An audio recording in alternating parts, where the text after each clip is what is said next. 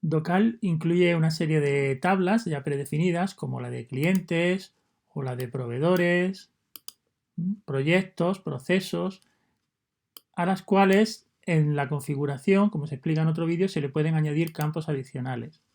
Por ejemplo, aquí en proveedores solo están los campos básicos, código, nombre y comentario, pero se podrían añadir más campos desde la configuración general, como se explica en otro vídeo para la tabla de clientes. Aquí en la tabla de clientes vemos que se han añadido campos adicionales, CIF, dirección, etc. Y, sin embargo, por ejemplo, en Docal no existe una tabla para productos o para otros elementos, otras tablas que podamos necesitar. Entonces, si somos administradores de Docal, si tenemos este menú, también tendremos la posibilidad de definir nuevas tablas en Docal. Esto se hace desde el apartado, porque las tablas generalmente se utilizan como una ayuda para los formularios. Se pueden configurar desde el apartado del explorador formularios, enlaces a datos, tablas definibles. Aquí aparecen las que ya tengamos definidas, si hay alguna, y en este caso vamos a definir una nueva, por ejemplo, para productos. Vamos a poner un código a la tabla productos. Vamos a poner una descripción. Podemos también asignar una descripción más extensa, pues, para explicar cuál es el propósito de esta tabla. Aquí podemos decir si queremos historial o no de esta tabla. Si decimos que queremos historial, entonces podremos en un momento dado preguntar qué contenido tenía esta tabla, por ejemplo, el día 1 del mes pasado o al día 31 de diciembre del año anterior. Si decimos que no, pues entonces la tabla, digamos, solamente conservará los datos que tenga en cada momento, pero no podremos mirar hacia atrás a ver cómo estaba esa tabla en un momento anterior. Por defecto tendría historial. Y luego en el título va a tomar campos de esa tabla. Generalmente 2 o 3 campos es lo más habitual. Una vez que creamos la tabla como tal con su nombre, ya podemos añadirle los campos que queremos. Por ejemplo, en esta tabla de productos, pues vamos a poner un código que sería un campo de texto. Pues vamos a poner un nombre al producto que también sería de texto. Podríamos, por ejemplo, poner un campo memo con una descripción más extensa. Por ejemplo, la familia a la que pertenece el producto dentro de nuestra gama de productos. El precio sería una cantidad, tendríamos el campo precio numérico. Y si ese precio puede tener decimales, en las propiedades del campo tendríamos que incluir, por ejemplo, 2 decimales.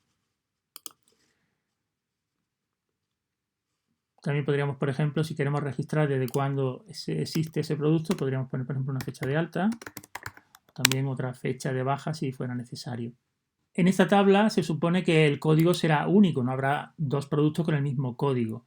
Entonces, para evitar errores y duplicidades, podemos en las propiedades del campo código elegir aquí y marcar clave primaria sí. De forma que se entiende que en este campo no puede haber repeticiones. Al ser código no puede haber dos productos con el mismo código. También vamos a poner requerido para que sea obligatorio rellenar, que si se crea una ficha nueva, pues obligatoriamente tenga que llevar un código, no pueda quedar el código vacío. Igualmente el nombre lo vamos a poner requerido para que las propiedades del campo vamos a poner requerido. Y luego también, esos datos los vemos aquí reflejados, y luego, por ejemplo, no hemos puesto ningún orden. Si quisiéramos, por ejemplo, que la tabla apareciera siempre por orden de código, pues entonces en el campo código, igualmente en las propiedades del código, tendríamos que poner orden 1, por ejemplo. Si quisiéramos que, a pesar de que el primer campo sea el código, la tabla aparezca ordenada alfabéticamente, entonces debería ser el nombre el que lleve ese orden 1. Igualmente podríamos a lo mejor ordenar por la familia primero, para que primero salgan ordenados los de la misma familia y dentro de la misma familia distinto código. En ese caso vamos a hacerlo de esta manera para mostrarlo. La familia tendría que llevar el orden 1 y el código llevaría el orden 2. Significa, vamos a ordenar primero por las familias y dentro de la misma familia vamos a ordenar por código. Guardamos los campos definibles, guardamos los cambios en la tabla y ahora tenemos que decidir qué usuarios van a poder consultar esa tabla en el explorador de Docal. Desde aquí, ahora mismo no hay ninguno, la tabla está recién creada y aquí tenemos el listado de usuarios de Docal y los vamos a añadir a este lado derecho mediante estas flechas, o también podríamos quitar en el sentido contrario.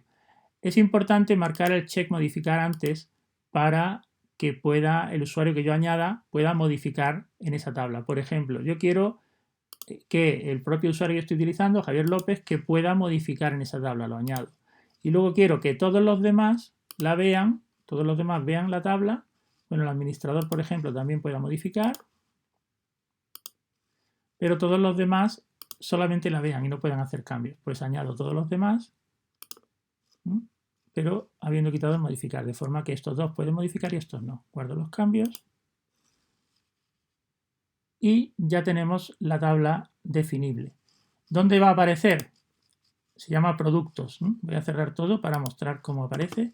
Si abro un explorador, en el explorador los nodos aparecen por orden alfabético. Por lo tanto, donde ocupe la P, me aparece la tabla de productos, que en este momento está vacía. Yo podría ahora empezar a crear los productos uno por uno, asignándoles un código, un nombre, una descripción, una familia, etc.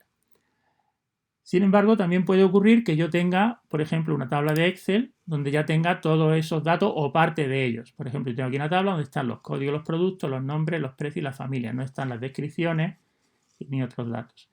Entonces, lo que puedo hacer es copiar estos datos de la tabla y pegarlos aquí. Para que eso funcione, tienen que coincidir los nombres de los campos que están en esta cabecera con los nombres que tienen en Docal. De manera que, si yo me vengo aquí, veo que pone código, nombre, familia, precio. Es decir, respecto al Excel, me coinciden dos y otros dos no. Me coinciden precio y familia, aunque estén en distinto orden, pero los nombres son correctos. Sin embargo, aquí tendría que poner solamente código, que es lo que pone en Docal, y Docal va a reconocer, y aquí solamente nombre. Entonces voy a hacer el cambio, o también podría copiarlo desde Docal. Ahora que los nombres de los campos coinciden exactamente con los que hay en Docal, ya puedo copiar todo.